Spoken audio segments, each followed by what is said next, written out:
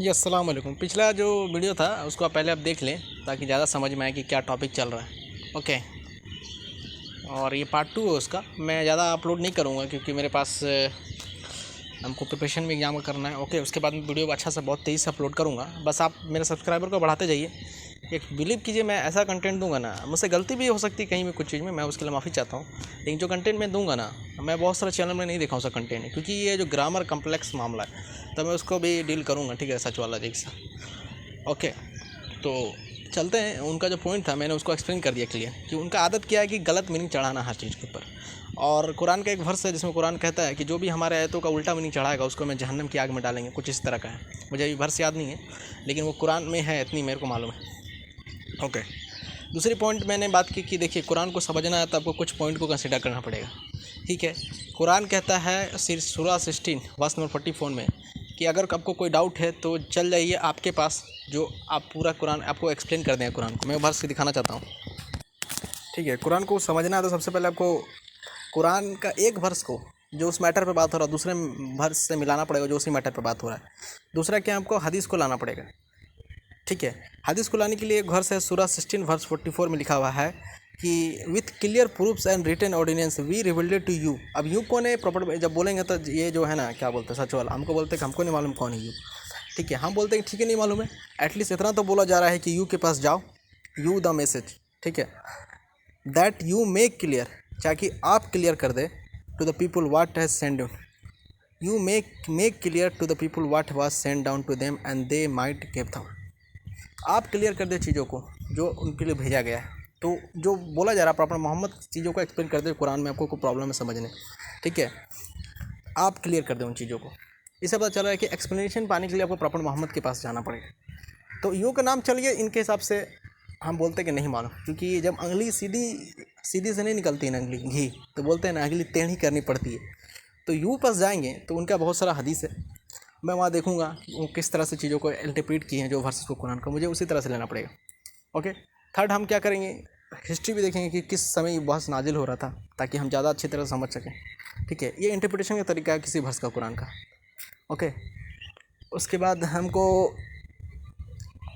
हमको देखना पड़ेगा सहाबा ने किसी चीज़ को कैसे फॉलो किया है, उन चीज़ों को, उनको भी अगर मसला मसाइल है उनको भी कंसिडर करना पड़ेगा। तो कई फैक्टर को कंसिडर करने के बाद हम एक अच्छा इंटरप्रिटेशन पे कंक्लूजन करेंगे। ओके, जाकि तहाँ तक ग्रामर की बात है तो आपको अरबिक लैंग्वेज भी आना चाहिए, क्लासिकल अरबी भी आना चाहिए। और अरबी बोल लेना मतलब ये नहीं होता कि ग्रामर पर अथॉरिटी रहता है, आपको ग्रामर भी आना चाहिए और क्लासिकल ग्रामर भी आना चाहिए, तब जाके आप एक अरबिक ग्रामर पर अथॉरिटी रखते हैं। और इंटरप्रिटेशन पर अथॉरिटी नहीं रखते आप। इंटरप्रिटेशन के लिए आपको बहुत सारे और रूल्स उसको फॉलो करना पड़ेगा जो मैंने बताया। एक वर्स को दूसरे से मिलाना पड़ेगा। कहीं पर मुहावरे बोले गए तब को उसको पहचानना पड़ेगा कौन मुहावरा है। कहाँ पर लिटरल बात की गई है तो वो सिंपल पहचानना पड़ेगा, लिटरल तो नॉर्मल बात होती है। कहाँ पर मेटाफोर बात हुई है उसको डिसाइड करना पड़ेगा। ठीक है, कहाँ पे parts of figure of speech है वो डिफ्रेंशिएट करना पड़ेगा। उसके बाद आप कंक्लूड कर सकते हैं कि ये वर्स के माने ये।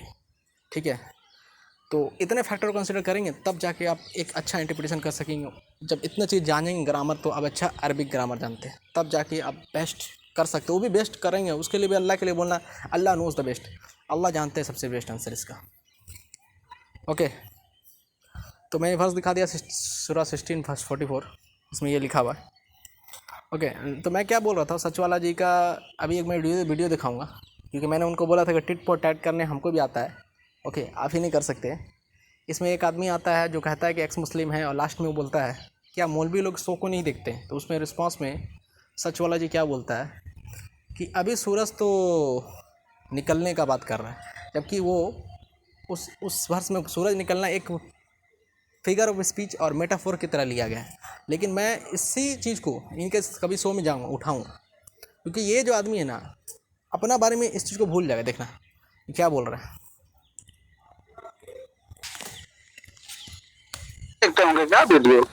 देखते जरूर हैं, लेकिन क्या है अभी वो आंख बंद करके ये समझ रहे हैं कि सूरज अभी नहीं निकला। अच्छा। हालांकि उनको नहीं पता कि सूरज निकल चुका है। अच्छा अच्छा, समझ रहे हैं मेरी बात? हाँ, सूरज निकल चुका है। ये उनकी नादानी है, वो ये समझ रहे हैं कि जो है सूरज नहीं निकला। जी जी, अभी इस सूरज की जो है यूं अभी तो तुलू हुआ है, समझो। लेकिन इस सूरज की गर्मी जब तपिश जो है उनके दिमागों को जो है हिलाएगी, तब वो बाहर आएंगे। देख लेना।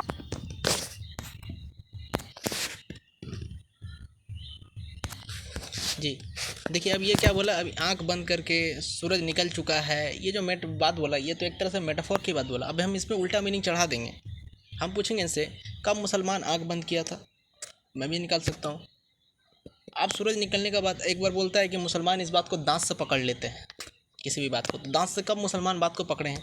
तो हम भी उल्टा फुल्टा मीनिंग चढ़ा सकते हैं किसी का, लेकिन मैं नहीं जानता हूँ कि उल्टा फुल्टा मीनिंग चढ़ाए। मैं जानता हूँ कि जो चीज़ वहाँ लिखा हुआ एक्चुअली उसी चीज़ को चढ़ाएं। अब इनका एक और लॉजिक है, जैसे कि सूरा 21 वर्स 30 में जिसमें लिखा रहता है, सूरह अंबिया की आयत है, मैं दिखाना चाहता हूँ सर। जी अस्सलाम वालेकुम। देखिए वर्स सूरा 21 वर्स 30 में लिखा हुआ है, क्या काफिरों ने नहीं देखा। यहाँ पर जो वर्ड यूज है, ये फेल जो है, ये क्या आ रहा है, रा आ या, इसका माने होता है देखना। तो क्या देखने का माने हमेशा लिटरल आँख से देखना होता है? ऐसा होता है? नहीं होता हमेशा। आप इंग्लिश लैंग्वेज में नहीं बोलते हैं कि हम देख रहे हैं, हमने बुक पढ़ा और देखा कि अच्छा बुक नहीं, I have studied the book and I so the book was not good. इसका माने बुक में हम कहीं देखे नहीं, मतलब ये बुक पढ़ने के बाद मेरा कंक्लूजन ड्रॉ हुआ कि बुक अच्छा नहीं था। अब देखिए, अगर देखने का माना रियल में आँख से ही देखना होता है। अब देखिए, देखने का माना हमेशा आँख से देखना होता है, तो यहाँ सूरा 71 वर्स 50 में क्या लिखा हुआ है, डू यू नॉट। यहाँ पे भी देखने के लिए जो वर्ड यूज देख रहे हैं वर्ब, वो रा अलिफ या ही, मतलब क्या कि do you not see how Allah has created 7 आसमानों को लेयर में। तो क्या आँख से देख लेता है कोई 7 आसमान को लेयर में?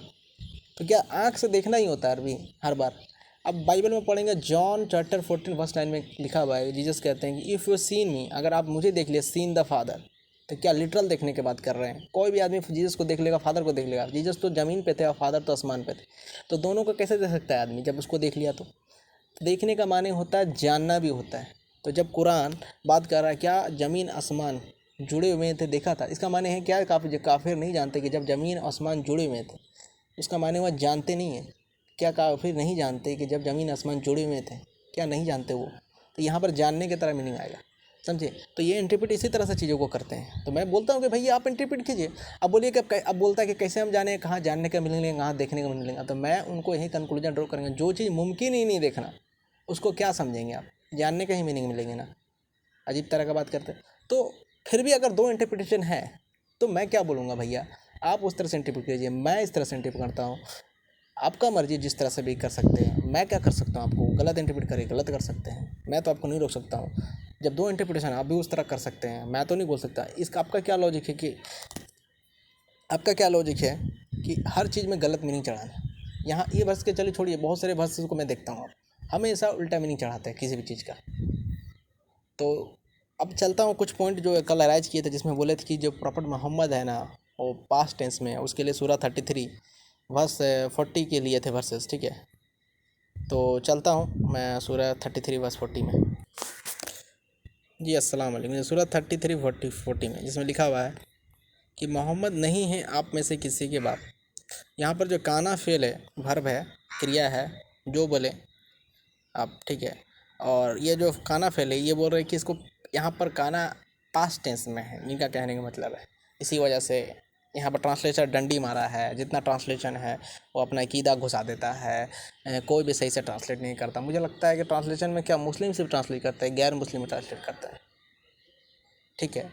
और इनका इतना बड़ा क्लेम मेन करना कि हम सारा ट्रांसलेशन से बेस्ट है करते हैं कि यहाँ पर वाज होगा कि मोहम्मद नहीं थे किसी के बाप, ठीक है, बल्कि वो अल्लाह का रसूल थे, वो इस तरह से ट्रांसलेट करेंगे, ठीक है?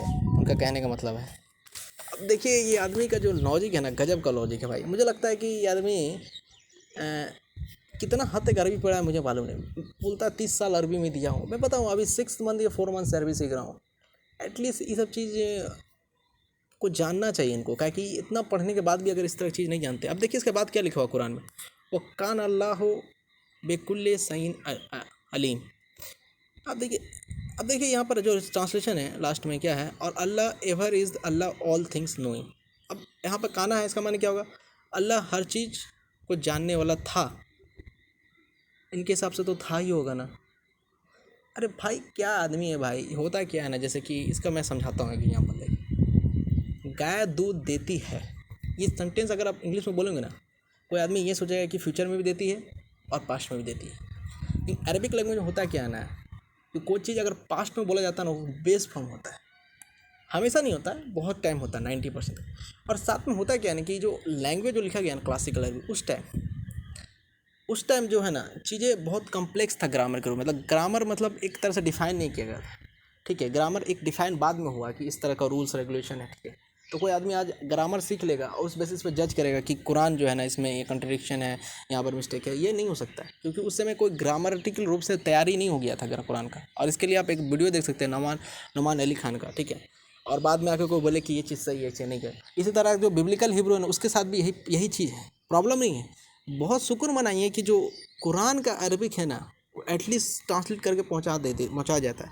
बिब्लिकल हिब्रू में और प्रॉब्लम पता है, उसमें कोई आर्टिकल नहीं होता है दा और ए के लिए। आपको कंटेक्स्ट देखे पता करना पड़ता है कहाँ पे दा होगा कहाँ पे ए होगा, पता है। ये सब जो लैंग्वेज अरबिक लैंग्वेज में इसमें फ्यूचर टेंस नहीं होता है, विश्वास नहीं हो रहा, फ्यूचर टेंस नहीं होता है, पता है। आपको कंटेक्स्ट से पता करना पड़ता है कहाँ फ्यूचर की बात हो रहा है, कहाँ प्रेजेंट की बात हो रहा है। आप अभी मैं दिखाता हूँ कुछ आर्टिकल ताकि आपको ज़्यादा समझ में आएंगे।